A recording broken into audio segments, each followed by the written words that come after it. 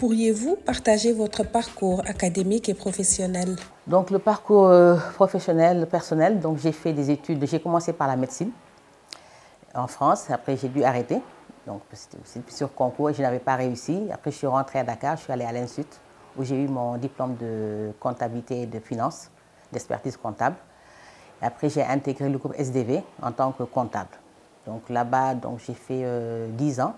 Mais comme on n'évoluait pas, j'ai trouvé un travail au CNLS, Conseil national de lutte contre le sida, où j'étais le comptable régional de Kaolack et où le salaire était beaucoup plus intéressant. Donc j'ai fait 4 mois à Kaolack.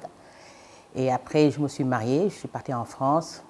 Je suis rentrée, j'ai eu ma fille. Bon, après, il fallait chercher encore du travail. Et je suis tombée sur des Français grâce à une cousine qui faisait du matériel médical. Donc j'ai intégré ce groupe. Je n'y connaissais rien du tout. J'ai fait un entretien le lundi, le mardi, mercredi, j'ai commencé à travailler.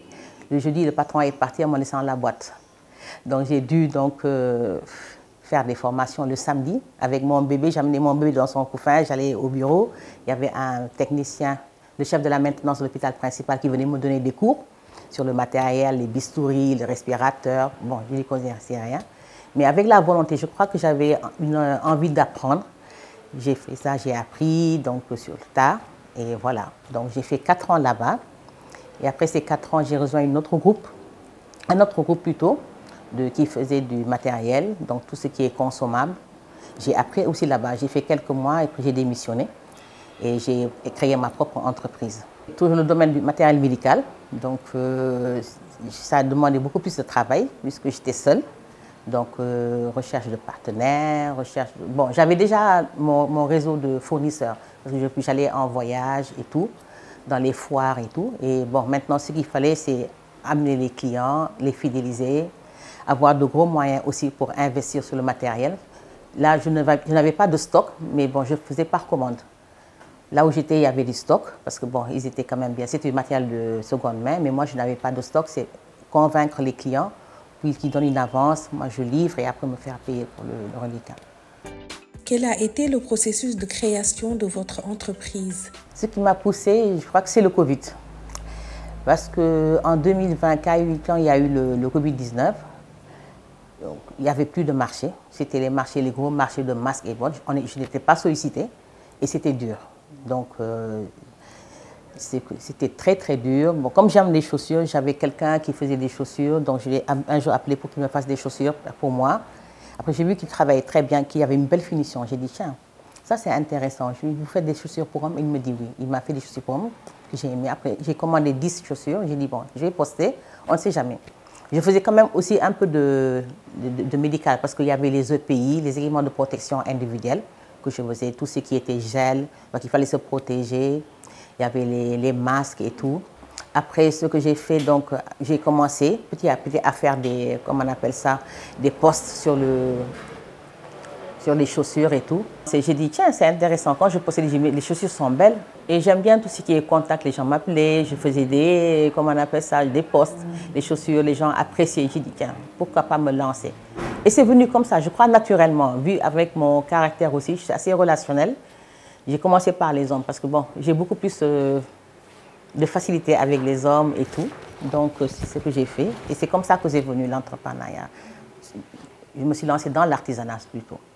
Quels défis avez-vous rencontrés dans les secteurs de l'artisanat et du médical? Les principales difficultés, c'est avoir du stock.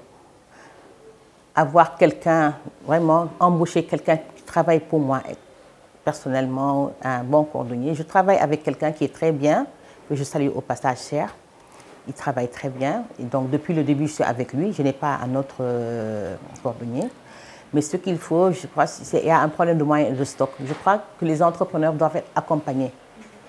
Parce que pour qu'on puisse vraiment s'en sortir, parce que ce n'est pas en vendant 10 chaussures qu'on peut s'en sortir. Parce que la marge bénéficiaire n'est pas énorme. Hein. C'est vraiment très petit.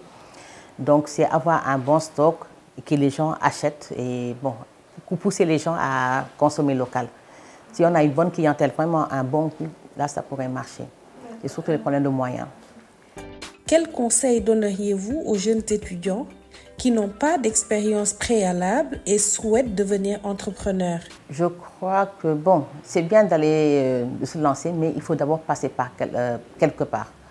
Donc, chercher du travail, acquérir de l'expérience, savoir comment on travaille, comment on dirige. Parce que c'est pas comme ça. Hein. Je crois que parfois, il faut savoir avoir les expériences, vivre certaines choses pour pouvoir après créer et y arriver.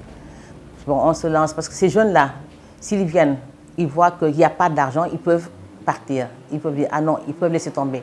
Alors que nous qui sommes passés en entreprise, même les grandes multinationales ont des problèmes. Donc, il faut de la persévérance.